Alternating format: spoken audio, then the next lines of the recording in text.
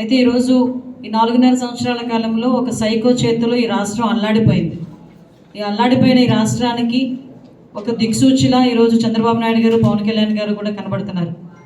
ఈరోజు రాష్ట్రంలోని ఈ అరాచక పాలన పోవాలి అనే ఒకే ఒక నినాదంతో చంద్రబాబు నాయుడు గారు కానీ, గౌరవ పవన్ కళ్యాణ్ గారు కానీ నిర్ణయం తీసుకొని ఈరోజు ప్రజలందరికీ కూడా భరోసా కల్పించడానికి, ప్రజలందరికీ కూడా ఒక నమ్మకం కలిగించడానికి ఈరోజు ఈ మహాసభలను ఏర్పాటు చేయడం జరిగింది.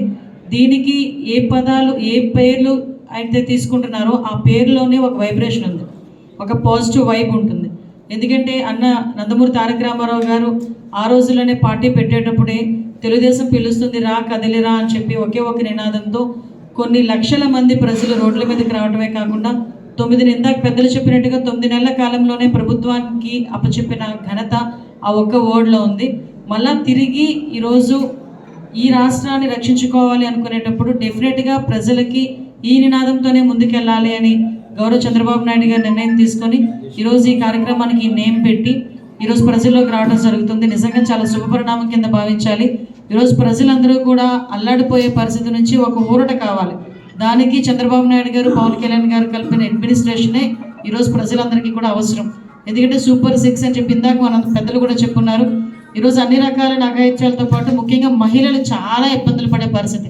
మహిళలు ఎంత ఇబ్బందులు పడుతున్నారంటే రోడ్డు మీద నుంచి బయటికి రావాలన్నా, ఇంట్లో ఉండాలన్నా కూడా రక్షణ లేని పరిస్థితుల్లో ఎవడు ఎప్పుడు వచ్చి ఏ కత్తి పెట్టి పొడుస్తాడా, ఏ చిన్నపిల్లలు మానభంగం చేస్తారా, హత్యలు చేస్తారా, లేకపోతే దాడులు చేస్తారా, ఈ రకంగా భయపడే పరిస్థితి. దీనికి ఎగ్జాంపుల్ ఏంటంటే ఈ 4.5 సంవత్సరాల కాలంలో సుమారుగా 30,000 మందికి పైగా ఆడపిల్లలు కనిపించట్లేదు.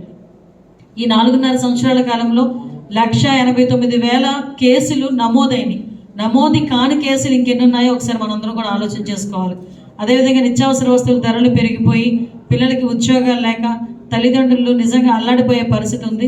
వీటన్నిటికీ ఊరట ఒకటే, చంద్రబాబు నాయుడు గారు, పవన్ కళ్యాణ్ గారు ఈరోజు అడ్మినిస్ట్రేషన్లోకి రావటం, అధికారంలోకి రావటం అనేది ఈరోజు మనకి కంపల్సరీ అయింది. ఈ నేపథ్యంలోనే చంద్రబాబు నాయుడు గారు తుని రావటాన్ని ఒక నిజంగా చెప్పాలంటే ఒక మంచి పరిణామం కింద భావించి దీన్ని విజయవంతం చేసుకోవడానికి మేము అందరం కూడా కృషి చేస్తామని తెలియజేసుకుంటాం.